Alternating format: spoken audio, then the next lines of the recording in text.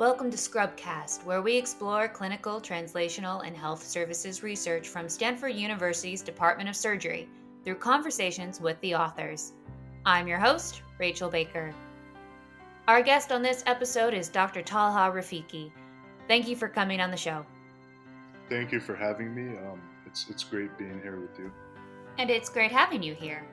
You spent the last year in our Pediatric Surgery lab and recently published a piece in the Journal of Pediatric Surgery on a protocol for pilonidal disease. Pilonidal isn't really considered glamorous. How did you get interested in the topic? Like you said, pilonidal disease is not glamorous by any means. Furthermore, it's actually quite a nuisance to treat because it has very high recurrence rates, up to like 30% in the literature. And also in clinical practice, you see a lot of these coming back. Just briefly, the thing about pilonidal disease is basically it's like an abscess cavity or a bunch of sinuses or cysts that form above the gluteal region where some people are hairy, and that can kind of cause a nidus for inflammation. Until that hair is taken care of, even if the patient is treated, they have a high risk of the infection coming back. So, as you can imagine, treating this is quite bothersome in the clinical setting. One of the things that Dr. Chu does his research on, and I worked with him in the lab on other projects as well, but he studies pilonidal disease, and basically, the Division of Pediatric Surgery at Stanford has come up with a protocol to treat the disease, which involves laser hair removal along with minimal surgery, and we've seen pretty promising results with low recurrence rates. So I thought that was interesting. After Dr. Chu introduced that project to me, Mm-hmm. like you said, it's not glamorous at all, but it is something that really bothers patients and affects their quality of life. So I took an interest in it to see if we could come up with a way to help these patients. Oh, that's really awesome. It took me a minute to realize when I first read this paper that this wasn't a new protocol, that it was replacing an older model, but that there wasn't an older model. How do you go about creating a protocol from scratch? Yeah, so there isn't really a defined model of treatment for this. Mm-hmm. A lot of things in the past were from trial and error. There's surgical options like the Kerry-Dacus flap or wide excision, where you take out all of the disease. Sometimes you leave it open. Sometimes you do kind of a plastic surgical closure. You close it off of midline though to decrease the chance of recurrence. So these are all the things that people used to do, and people are actually still doing. We see it. We see it a lot in Las Vegas, and for some patients it works well. But in the context of pediatric patients, these are kids who usually are in their teens. They don't have a very high tolerance to pain. And of course, like growing up, if you have this thing that keeps flaring up and affecting your school life and everything, it can be pretty dramatic. Mm-hmm. So, in that context, we aimed to come up with a protocol that provided a few different things, one of which was minimal treatment. Mm-hmm. And as you can see in the paper, what we do is the GIPS procedure, which basically involves taking out only the diseased pits. And then we also combine it with one of the foundational tenets of treatment for pilonidal disease, which is control of hair growth in that region. Mm-hmm. So the way we do it at Stanford again is through laser hair removal, and we aim to achieve hair loss. And we hypothesized that if we had a protocol that incorporated these two things, Mm-hmm. which is minimal surgery, you get rid of the disease, as well as religious hair removal, that we would have decreased recurrence rates, and we would also have a more well-defined protocol to follow. And you showed some really promising results with improved outcomes seen across surgeons and hospitals. Yeah, so about those outcomes, Stanford has like a network of many hospitals. So we looked at patients that we treated across 5 of these hospitals, and whatever surgeon was part of this protocol or did surgery in the defined way was included. So we compared outcomes across different hospitals, and this included across academic settings versus private hospitals versus county hospitals, and then we also compared results among surgeons, and we found that between the hospitals and between the surgeons, there was no significant difference. But Mm-hmm. and overall the recurrence rate was 8%, which is a dramatic change from what we see in the literature. That's great. Where do you go from here? Now, as far as next steps go, we need to find out a way to adopt this protocol at other institutions. Of course, this paper and this project was just to show that it could be done, Hmm. that we could combine these two things and achieve low recurrence rates.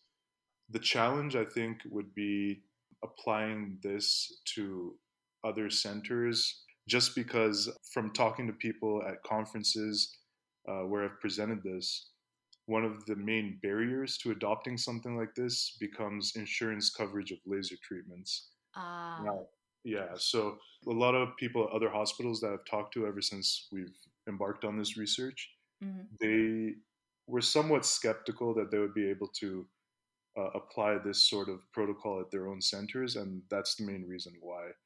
But Interesting. there are ways to get insurance to cover it, which we'll detail in further research. Great. I look forward to it. Now, I suppose simultaneously to conducting this research, you were also doing some cancer research. Your abstract use of, I'm going to butcher this, Niclosamide ethanol, yeah, whatever. Was selected in the pediatric surgery category for an excellence in research award from the American College of Surgeons, which is awesome. Congratulations. Thank you. I have to be honest, though, I have no idea what any of those syllables meant.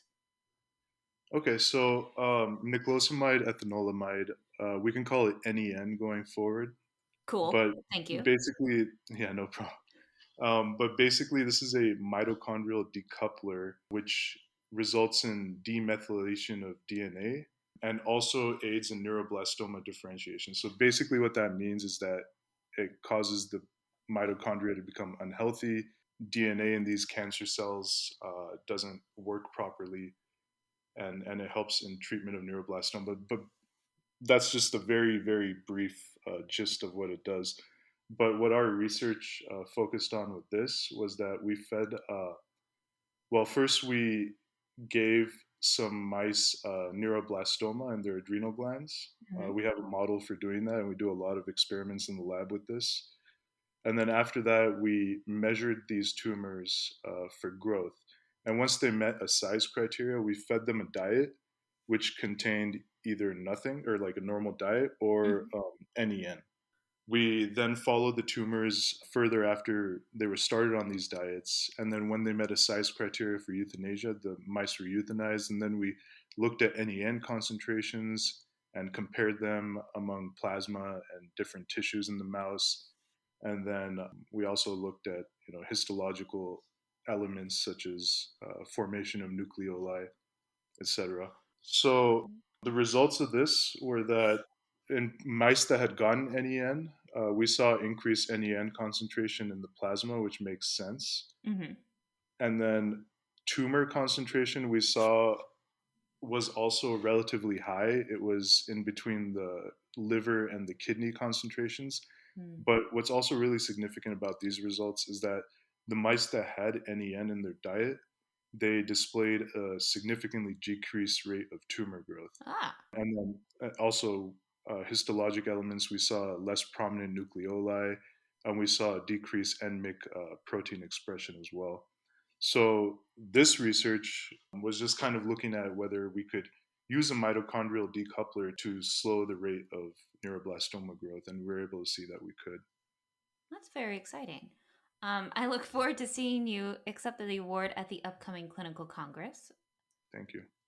You will be there, correct? Yeah, yeah, I will Well, definitely. I'm a little concerned because you just went back to clinical life.